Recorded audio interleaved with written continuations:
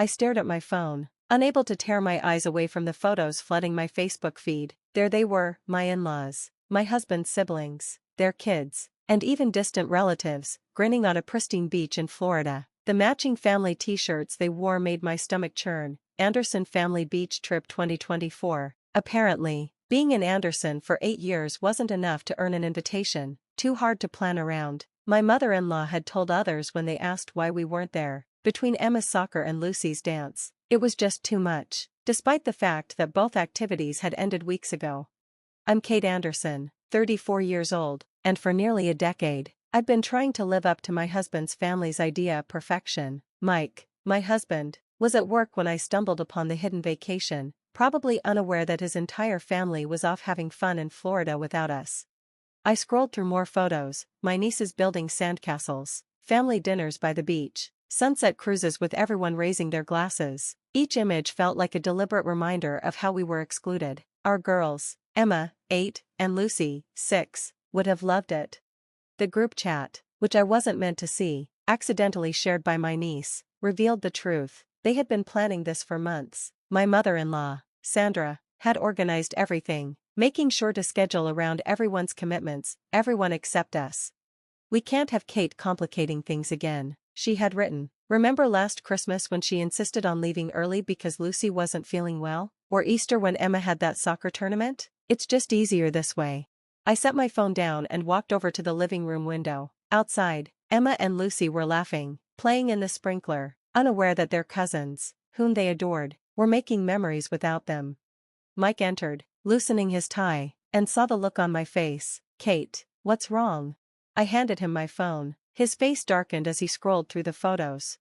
They didn't. Mom promised she'd stop doing this. Doing what? I asked, though I already knew. This wasn't the first time Sandra had planned family events without us. There was last year's Christmas brunch we only found out about through photos. The 4th of July barbecue we weren't invited to. Each time, there was an excuse, a misunderstanding, or the assumption that we'd be too busy. Mike ran a hand through his hair, a nervous habit from childhood. I'll call Mom now. This isn't right. Don't, I said, surprising myself with how calm I felt. I have a better idea. For years, I'd tried to please Sandra, shifting our schedule, apologizing for imagined slights, and working to prove we weren't the difficult ones. But as I watched my girls play outside, blissfully unaware of their grandmother's games, something clicked inside me. I grabbed my phone and began making calls, first to my sister, then to my best friend Sarah, and finally to my parents. Within an hour, I had a plan. What are you doing? Mike asked, watching me book flights on my laptop. Planning our own vacation, I answered, one that doesn't need your mother's approval.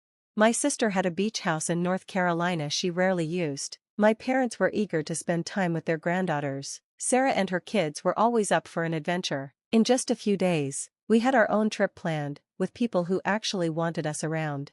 3 days into the Anderson family vacation, Sandra's carefully curated Facebook posts started showing cracks, photos of empty seats at dinner, comments about missing people from their traditional beach games. My nieces and nephews commented on how much they missed Emma and Lucy. That's when the text started, first from my sister-in-law Jenny. The kids keep asking where Emma and Lucy are, Mom's struggling to explain. Then from Mike's brother Tom. This doesn't feel right without you guys, Mom really messed up. Finally, from Sandra herself. I hope you're not upset about the vacation. You know how busy you are with the girls' activities. We were just trying to make it easier for everyone. I didn't respond to any of them. Instead, I shared our own pictures, Emma and Lucy building sandcastles with cousins from my side of the family, sunset picnics with people who celebrated our kids' activities, and game nights where no one was considered too difficult. Having the best time with family who love us exactly as we are. I captioned one photo. It wasn't petty, it was just honest. The responses came fast, likes, comments, and many from extended Anderson family members who didn't even know we'd been left out. Sandra's perfect narrative started to crumble. Why aren't Emma and Lucy here? My young niece had asked at their fancy beach dinner. They're way more fun than this. The video of her question, accidentally posted by my sister-in-law and quickly deleted, said it all. Mike supported me fully. Maybe it's time everyone saw Mom's behavior for what it is, he said, watching our girls chase waves with my side of the family. We're not the problem here. As we sat on the beach that evening, watching the sunset with people who genuinely wanted to be with us, I realized something important. Sometimes, the family you choose is more valuable than the one you're given. And sometimes, the best revenge isn't confrontation, it's living well with people who love you unconditionally. By day 5, Sandra's carefully planned beach vacation had started to unravel. I knew because the frantic texts kept coming, each one more desperate than the last. "The kids are miserable," Jenny wrote. "They keep watching Emma and Lucy's beach videos. Mom's trying to organize another family photo, but half the cousins won't participate unless all the family is there." Tom added, "The video Olivia shared by accident really captured the meltdown." Sandra was in the kitchen, her face red with frustration, while Madison threw a tantrum. "I want to play with Emma and Lucy," Madison screamed, tears on her face. "Their vacation looks more fun, they even get ice cream for breakfast." They didn't. Of course, it was frozen yogurt. Watching Sandra try to explain why excluding her grandchildren was the right choice made me realize how deep this problem ran. Meanwhile, our North Carolina beach trip was everything a family vacation should be. My parents taught the girls how to fly kites. Sarah's kids introduced them to boogie boarding, and no one complained when Lucy wanted to stop and collect seashells, or when Emma spent hours building sandcastles. "This is how family should be," Mike said one evening, wrapping his arm around me as we watched the sunset. The kids were dancing on the beach with my sister, their shadows stretching as the light faded. That's when Sandra called. I could hear her frantic voice through the speaker. "Michael, this vacation is a disaster. The kids are impossible. Tom and Jenny aren't speaking, and your father's back is hurting. We need you here." Mike put the phone on speaker and squeezed my hand. "No, Mom, what you need to understand is that family isn't about perfect photos and controlled chaos. It's about love and acceptance." "Of course I love you," Sandra protested. "That's why I planned this wonderful trip. For everyone, except us." Mike interrupted. "You left out my wife and daughters just because they didn't fit your perfect image? Because Kate actually lets the girls be kids, not turning them into props for your ideal family portrait?" There was silence on the other end. After a long pause, Sandra replied, "But Kate's so particular. The girls have too many activities, and she insists on sticking to their routines." "Which means she's a good mom," Mike said, his tone calm. "She supports their passions and ensures they're healthy and happy." "I know she does, and I'm grateful for that."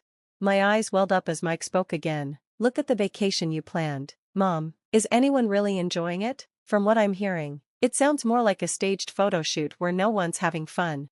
At that moment, we heard Madison in the background, whining, "I hate this stupid beach. I want to go to Lucy and Emma's beach."